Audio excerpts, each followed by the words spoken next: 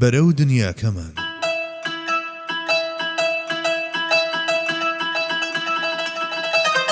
بەرجی دووەم نووسینی مامۆستا محەممەد فەتحوڵڵا گولەن 5. ئیستیحسان کە بە ماناکانی ئەژمارکردنی شتێک وەک شتێکی جوان و باش حەز لێبوون و خۆشویستن دێت و لەلایەن زانایانی ئوسوڵی فیقهەوە ڕاوەی جۆرا و جۆری بۆ کراوە. هەندێکیان لە بری قیاسی شاراوە و لە بەرامبەر قیاسی ئاشکراوە بەکاریان هێناوە. ئیستیحسان بریتیە لە گەڕان بە دوای بەڵگەیەکدا بەهێزتر لە هی قیاس لە بابەتێکی دیاریکراودا یان تایبەتکردنی بڕیارێک کە پێشتر بە قیاس دراوە لە ڕێگەی بەڵگەیەکی بەهێزترەوە یان پشتبەستن بە بەڵگەیەکی بەهێزتر یان واسێنان لە قیاس و ڕەفتارکردن بە جۆرێک کە لەگەڵ دەستورە گشتیەکان تەبا بێت و گونجاوتر بێت لەگەڵ دەقەکان یان هەڵبژاردننی ئاسان بەسەر گراندا و ئاسانتر بەسەر ئاساندا بەمەرجێک ئەگەر هەردوو هەڵبژاردنەکە گونجاو بن لەگەڵ حاڵەتەکەدا. زۆرێک لە فەقیهەکان لە پێشەمویانەوە ئەبوو حەنیفە بۆچوونیان بە ئاراستەی بەڵگەبوونی ئیستیحساندایە. لە ڕاستیدا ئەوانەش کە دژی ئیستیحسانن هەمان ئەم مانایانەی کە لەم نراون ئەوان لە ژێر چەند ناونیشانێکی تردا ناویانە لە هەندێک دەستوری تر و هەمان کاریان ئەنجام داوە. لە مرۆوە بانگەشەی ئەوانەی کە ئیستیحسان وەکو بەڵگە قبوڵ ناکەن تەنها لەسەر ئاستی گوفتارە و توانای ئەوەیان نییە ئەم کانیاوە سازگار و بەخوڕە لێڵ بکەن. لێرەدا بەمەندە واز دەهێنین و ڕوونکردنەوە و وردەکاریەکانی بۆ پسپۆڕانی ئەم بوارە جێدەهێڵین. 6.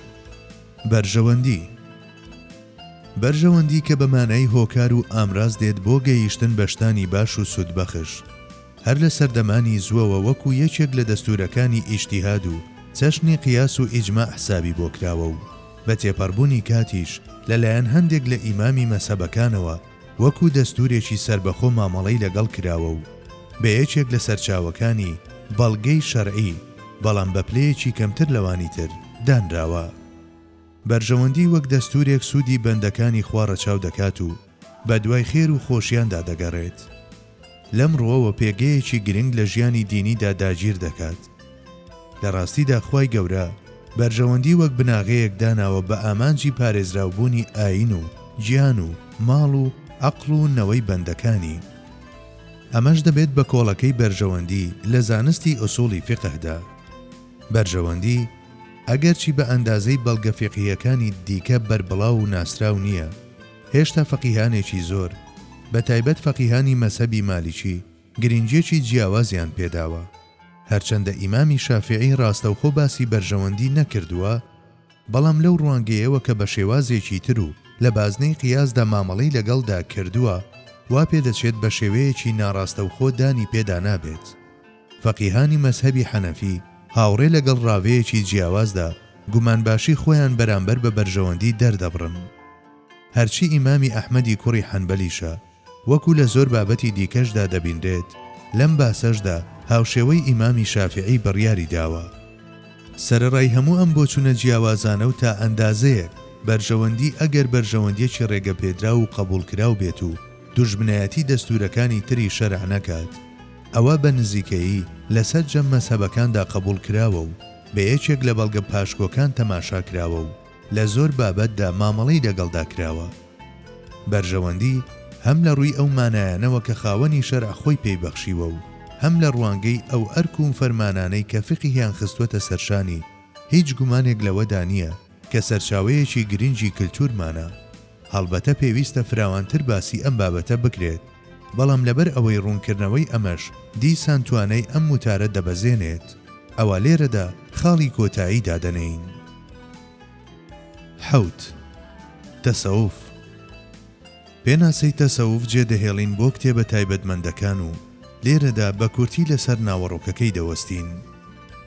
تەسەوف کە دەکرێت لە ڕووی نەزەریەوە ناوی تەریقەت و لە ڕووی عەمەلیشەوە ناوی سۆفیگەری لێ بنرێت، بریتیە لە سەرچاوەیەکی گرنگی زانست و کلتور لە بوارێکی فراوانی هەر لە ژیانی ڕۆحیەوە هەتا ئەخلاق و لەویشەوە بۆ ئادابی تێکەڵاوبوونی خەڵک.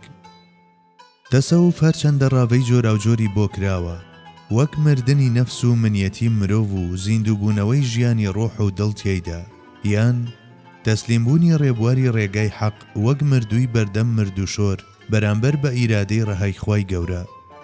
هاودەم لەگەڵ دانان بەبوونی ئیرادەی هەندەکی مرۆڤدا لە چوارچێوە ڕێژەیەکەی تایبەت بەخۆیدا، یان دژایەتیکردنی ئەو ئەخلاقە خراپانەی کە لە قورئانی پیرۆزدا زەمیان کراوە و پەرچەک بوون بە ئەخلاقە جوانەکان، یان هەستکردن بە نزیکی خوای گەورە لە ویژداندا لەژێر ناونیشانی قوربەتدا و تێپەڕاندنی ڕەهەندە مرۆییەکان لەسەر ئاستی دڵ و ڕۆح، یان گرتنی ڕێگایەک لەژێر ڕۆشنایی و ڕابەریەتی قورئان و سوننەتدا و دامەزراندنی هودا لە جێی هەوا و ئارەزوو لە ژیانماندا، یان بە تەواوەتی ڕووکردنە سازێنەری هۆکارەکان و بینینی هۆکارەکان لە دەرەوەی بازنەی کاریگەریەتی، یان ڕزگاربوون لە ئارەزوە جەستەییەکان و ڕەنگداربوون بە خەسڵەتی فریشتەکان.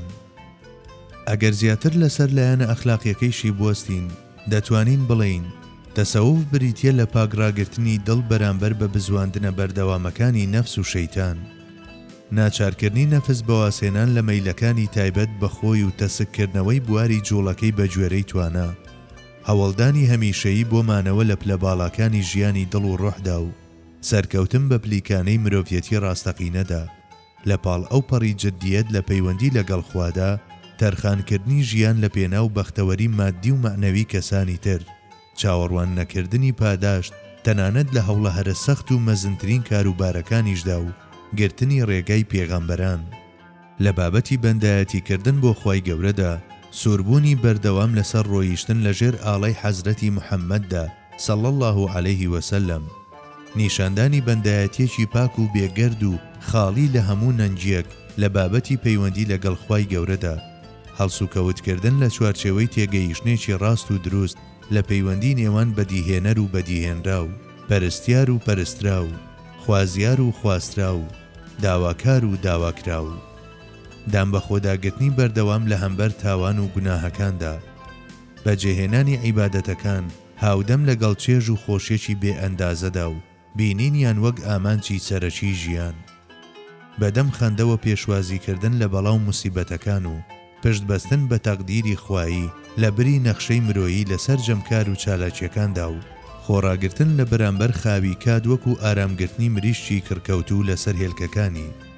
تەسەوف بەم مانایانەی کە لەسەرەوە هێنامان بابەتی سەرەکی هەموو ئەو پەڕا و کتێبانەیە کە دەربارەی تەپۆڵکە زومڕوتیەکانی دڵ نووسراون.